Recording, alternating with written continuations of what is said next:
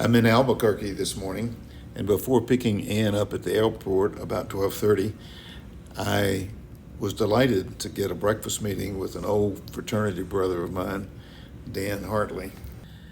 Dan was probably the smartest guy in our fraternity as well as one of the best athletes.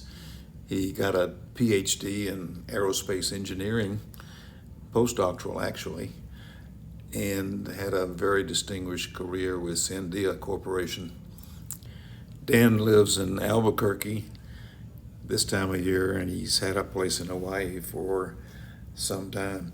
So he gave us an idea of some of the things that we should see in Sandia. So it was great catching up with him. Well, good morning. Snowball and I are here at the Albuquerque airport waiting for Ann.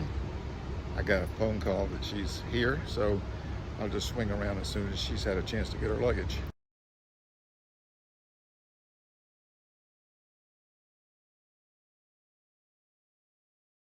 Well, good morning. Ann's sleeping in this morning, so I decided to run a few errands. I'm in Holbrook, Arizona, and at the moment I'm at the United States Post Office, where I'm going to drop off a letter that I'm addressing to General Delivery in Rapid City, South Dakota. I've always wondered how people on the road, like RV owners, get the mail, so I'm going to do a little test here. Check back with me when I get to Rapid City, and we'll see if it shows up. The hotel we stayed at last night had two Blink chargers, destination chargers, so I thought it'd be interesting to look up some information about them. They don't use the same connector as a Tesla. They use a J1772 connector, but Tesla provides a mobile connector and adapter that I could have used for this. I looked up the pricing for Blink, and it varies by location, but in New Mexico, for example, it was 59 cents per kilowatt hour, although there was a discount if you paid some monthly fee to be a member. The Tesla pricing at Gallup, New Mexico was 27 cents per kilowatt hour, which is a substantial price difference. But even more importantly, perhaps, the Tesla charging process is so much simpler. You just literally plug it in the car, that's it. There's no app to pull out, there's no handshake to work out with the charging station. It simply goes to your credit card on file, and that's it. I'm at the Supercharger in Holbrook, Arizona. They have 8 version 3 chargers. And I don't know that I've seen this before. They also have 4 version 2 chargers. Okay, you're on. Howdy, my name's Kevin. I am from California. This is my Tesla Y.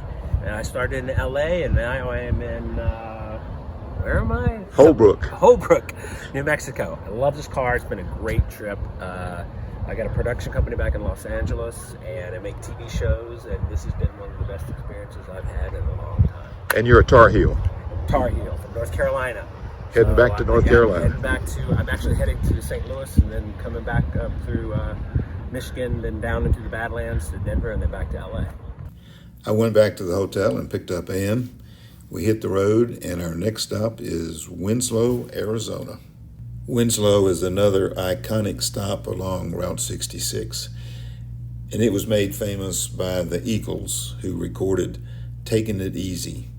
And there's a line in the song called "Standing on the Corner in Winslow, Arizona." The song goes on to talk about a girl in a flatbed Ford who slows down to take a look at me. Stood from the cashier in the gift shop that this Ford hadn't moved in 30 years except once a year to participate in the annual Standing on the Corner Festival. No, we're from Galveston, Texas. We flew to Chicago, and we're driving Route 66 from Chicago all the way to Santa Monica, California. Ann. Yeah, all the way to Santa And Monica. so we have traveled through all the states, and New Mexico, we were not impressed. Yeah, of all the states, Yeah. that's the least one. I mean, it's just nothing. Lots to do in Oklahoma, lots to do in Missouri. Kansas was awesome. Chicago was awesome. Yeah. Looking Yeah. forward to California. And you're going all the way to Santa Monica Pier. All the way. Absolutely. All the way. Beginning Okay. to end. All right, have Beginning to the end. a safe trip. It's pretty Absolutely. cool. They sold so many T-shirts at this souvenir shop that they had their own silk screening machine. Basically, you buy a T-shirt for $4, screen it 2 or 3 colors, and sell it for $30. Color, we're gonna wear in Las Vegas, and we're gonna be cool or what? You're going to be cool. Yeah, Las Vegas, here we come in our Route 66. Okay, There we go. here we go. So we were back on the road, Interstate 40 West, and had not gone very far until we saw this sign that says Meteor Crater. I remember in high school learning about this big meteor crater in Arizona, so we did a quick Google, and sure enough, this is the one. So we turned off. It was about a 6-mile detour to reach the crater, and it was a pretty fancy place in terms of a visitor center. Apparently, this meteorite hit the Earth about 50,000 years ago and was not found until the 1940s. The Apollo astronauts actually trained there because of the similarity to lunar craters. Supposedly, a giant meteor about 6 miles in diameter is responsible for killing the dinosaurs because of the clouds of debris blocked off the sunshine.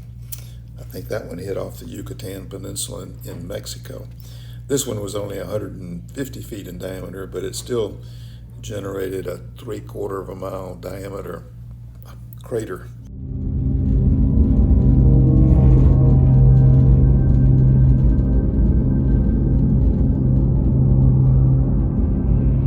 Moving at 11 miles per second, a meteor raced through the solar system towards Earth.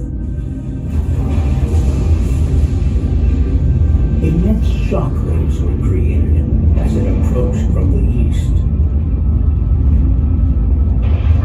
Hurricane-force winds threw 175 million tons of material in all directions.